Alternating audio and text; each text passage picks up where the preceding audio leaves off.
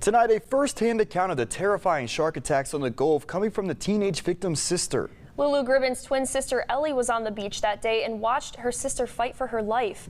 Ellie describes the day of the attack as starting out as a typical day at the beach, eating breakfast with the girls, playing on the beach, finding sand dollars. Then while at the sandbar, her and Lulu's lives changed forever.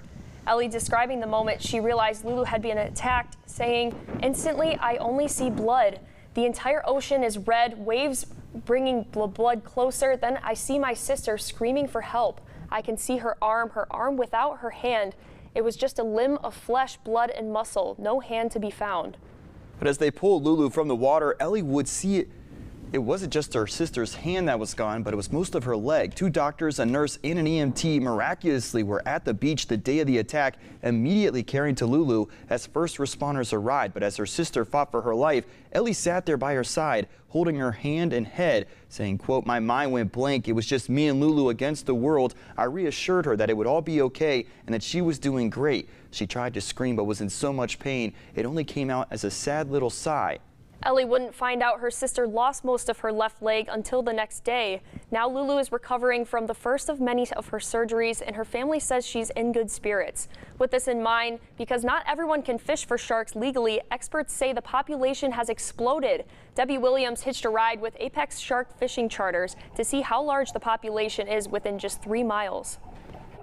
This is the Orca, the only federally and state permitted shark fishing vessel in Alabama. At the end of a 4-hour trip, it was loaded with sharks. But here he comes. Here's your shark. Yeah! Spinner. Another fine tooth. Hammer time. 2 miles of long line. It allows us to fish a lot of gear over a long period of water.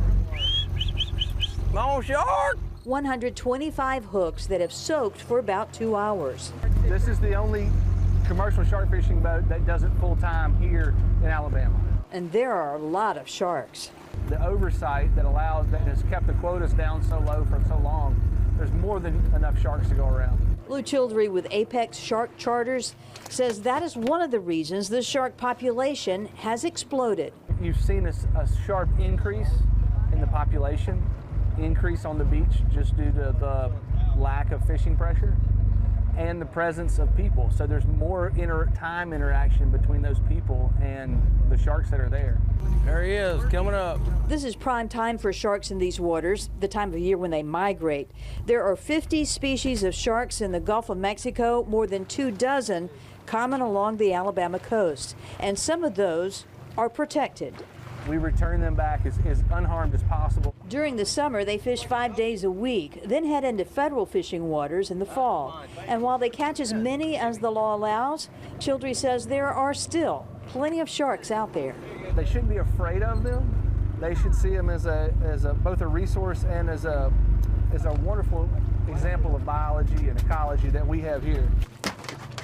Once we got back on land, the fish hold here on the Orca was full of sharks. So what happens to them now? Well, they'll be processed, and then all that shark meat will be headed to the markets in Canada and in New York. And while this is happening, many charter fishermen boats are asking for permission to thin out the population, specifically for sandbar, dusky, and silky sharks. But the director of the Florida Program for Shark Research at the Florida Museum of Natural History said their populations have not recovered enough to be fished.